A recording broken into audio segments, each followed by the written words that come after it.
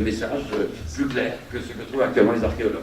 Alors donc je ne sais plus ce qui me reste, je crois qu'il ne reste plus rien. Voilà, si vous avez 25 millions d'euros qui traînent, dont vous ne savez que faire, et j'ai un collègue qui est excellent en ce moment, eh bien, on va mettre des télescopes de 10 mètres de diamètre reliés par laser, et au bout de la flèche, on va trouver de nouvelles terres. C'est encore un peu cher, c'est encore un peu difficile, on le fera, 2030, 2040, etc. Et on peut rêver 2 minutes à aller visiter ces planètes autour d'autres étoiles.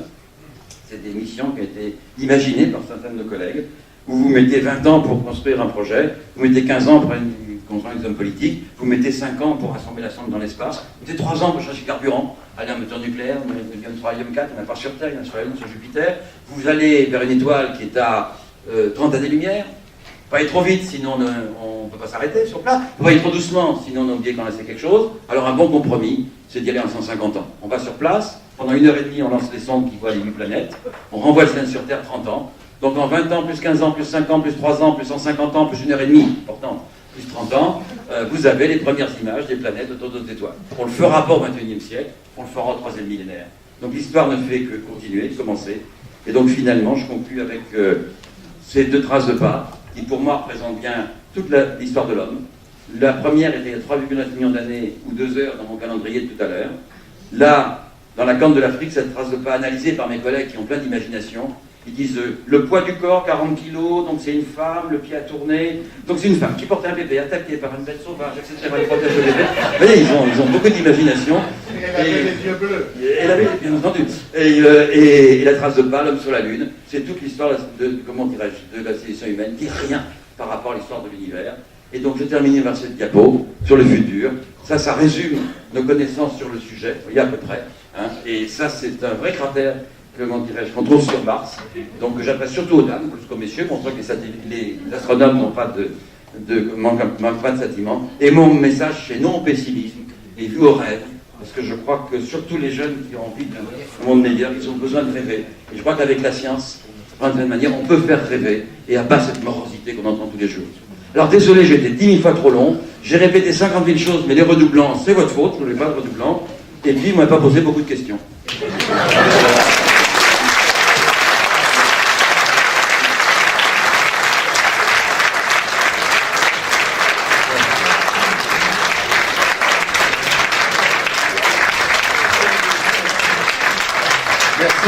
Merci bien André, c'est formidable. Est-ce que vous avez des questions? Moi j'en ai une, j'aimerais tout dire. Hein. Moi j'aimerais bien que tu racontes les anneaux, la découverte des anneaux de Neptune. Et comment tu as appelé les arcs, Vous connaissez l'histoire, en gros c'est en 1977, on trouve des anneaux autour d'Uranus par un avion américain qui volait sur des cargaisons, par français mais l'avion est américain. En 1979, on trouve un autre autour de Jupiter. On savait que Saturne était là depuis 1610. Donc la question était posée, il y en a-t-il autour de Neptune? Alors, on fait le phénomène suivant, on regarde une étoile au moment où Neptune passe devant. Et si, juste avant que Neptune passe devant l'étoile, donc la masque, eh bien le signal est interrompu, ou juste après, il y a des anneaux autour. Alors on observe en 1980, rien. 1981, rien. 1982, rien. 1983, on fait une grande campagne d'observation dans le Pacifique. 60 équipes d'astronomes se mettent en place, en Nouvelle-Zélande, en Australie, en Chine, à Taïwan, un peu partout. Nous, on était à Hawaï, dans le télescope canadien. Une parfaite occultation d'étoiles par Neptune. Aucun anneau autour. Donc, mes collègues publient un article qu'ils ont intitulé « Il n'y a pas d'anneau autour de Neptune ». Moi, j'ai refusé de signer l'article en disant que l'absence de preuve n'était pas la preuve de l'absence. Et j'ai voulu observer une autre occultation le 22 juillet 1984, je vais montrer l'image tout à l'heure, où Neptune passait devant une étoile. Avoir un télescope, c'est compliqué, mais jusqu'à présent, dans ma carrière, j'avais toujours eu le télescope que je demandais. Et cette fois-là, on me l'a refusé. C'est l'argument qu'il n'y a pas d'anneau autour de Neptune. Alors, les théoriciens plus avaient écrit que c'est pas possible, parce que Triton est en orbite rétrograde, etc.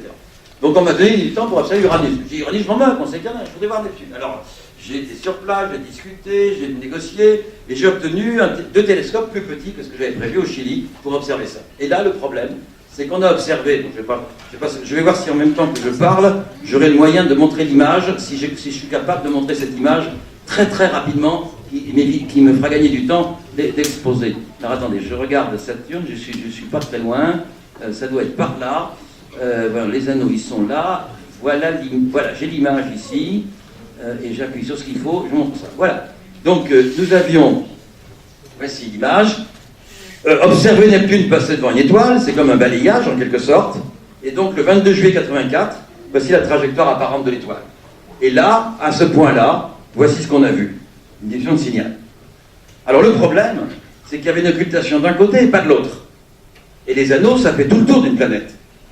Alors, le problème, c'est quand vous prenez, faites une telle observation, une interruption du signal peut être bien n'importe quoi. Ça peut être un avion qui passe, un oiseau qui passe, un nuage qui passe, un coup de coude dans le télescope, vous dépointez, une coupure d'électricité. Et donc, il y a plein d'artefacts qui pourraient avoir lieu. Alors moi, ce que j'avais fait, j'avais mis 2 télescopes en place. En me disant, si je donne un coup de coude en même temps, en 4 secondes près, 1 kilomètre de distance, je les prends dans ma prochaine comédie musicale. Et donc là, interruption de signal au même endroit. Donc, qu'est-ce que c'est? Un anneau, ça doit faire tout le tour. Et on ne peut pas avoir un arc de matière. Comme je dis, si un étudiant m'avait dit, et un arc de matière, vous voyez, ça écrit aussi la photo ici que vous avez, un arc de matière, à l'époque, je croyais que ce n'était pas possible. Si un étudiant m'avait dit en 1980, monsieur, il y a des arcs de matière autour des planètes, j'aurais dit, mon petit, l'agriculture française manque de bras, tu dois faire autre chose. Ben oui, parce que la partie interne tourne plus vite que la partie externe. Donc si vous mettez un arc de matière, en 5 jours, 1 semaine maximum, ça fait un anneau complet. Donc un arc, ça ne peut pas exister. Et pourtant, on avait ça. Alors que faire? Alors je me souviens, c'était au mois de juillet 84, on a essayé d'analyser tout ça, et on l'a présenté au mois de septembre 84 à un colloque qui avait eu à Hawaï. Et je me souviens, la salle, il y avait 200 personnes dedans à peu près. Et à l'époque, j'avais 2 étudiants, l'un qui avait obtenu un poste de maître de conférence et l'autre qui n'avait pas de poste encore. C'était une jeune fille qui a un poste d'observateur de Paris. Et je dis, on va mettre la jeune fille en avant, ça la fera connaître, ça sera très bien. Donc on passe la nuit à préparer une présentation et on se met au premier rang pour jouer le rôle de souffleur. Et la jeune fille toute timide qui commençait à annoncer timidement, on avait une interruption et tout. Elle n'a pas été crue du tout. Et dans la salle, il y a un qui dit, est-ce que vous avez vérifié le théorème de Schtroumpf? On disait, oui, on a vérifié. Elle dit, oui, on a vérifié. Donc on n'a pas été cru. Hein. Et donc, c'est français, ils font n'importe quoi et tout ça, bon, très bien. Le problème que j'ai eu à ce moment-là, c'est que quand vous regardez, pour interpréter ce signal d'interruption, où est le corps responsable de ça, c'est au niveau de Neptune, j'ai trouvé qu'il serait à 75 000 km du centre de Neptune dans le plan de l'équateur.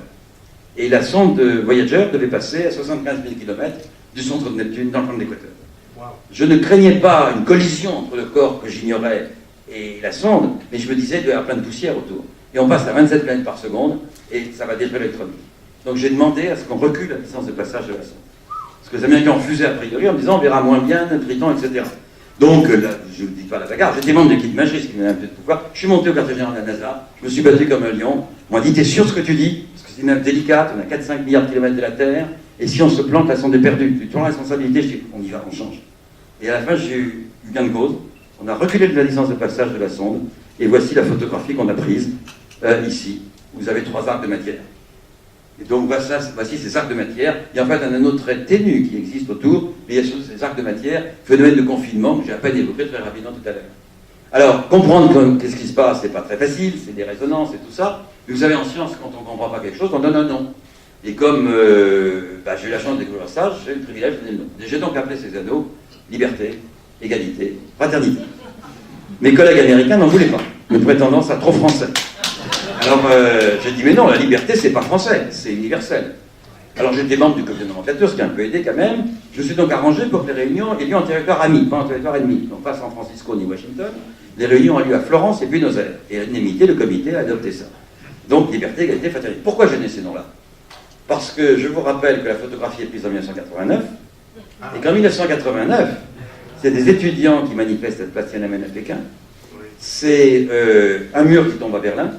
C'est 2 dictateurs épouvantables qui sont chassés du pouvoir au Chili et en Roumanie, et c'est aussi le bicentenaire des droits de l'homme. Donc je me suis dit, c'est une manière de se célébrer ce truc. Donc, liberté, égalité, fraternité marquent les confins du système solaire. Excellent.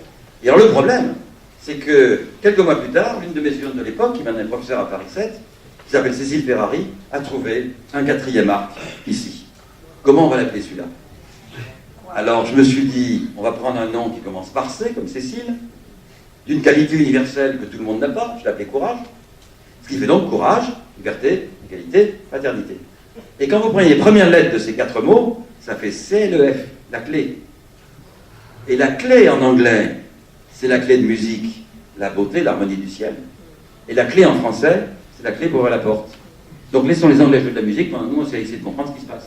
Donc vous voyez qu'on s'amuse bien. Hein, voilà l'histoire. Alors, mon rêve maintenant serait de retourner vers Neptune, voir ces arcs, voir comment ça se passe. Je suis en train de me battre avec des collègues pour avoir une mission comme ça. Donc si vous avez, coûte la mission pour l'instant 8 milliards d'euros. Donc si vous me donnez tout de suite 8 milliards d'euros, je construis la sonde tout de suite, je la lance au bon moment en 2032, et je joue au ping-pong avec Saturne, Jupiter, etc.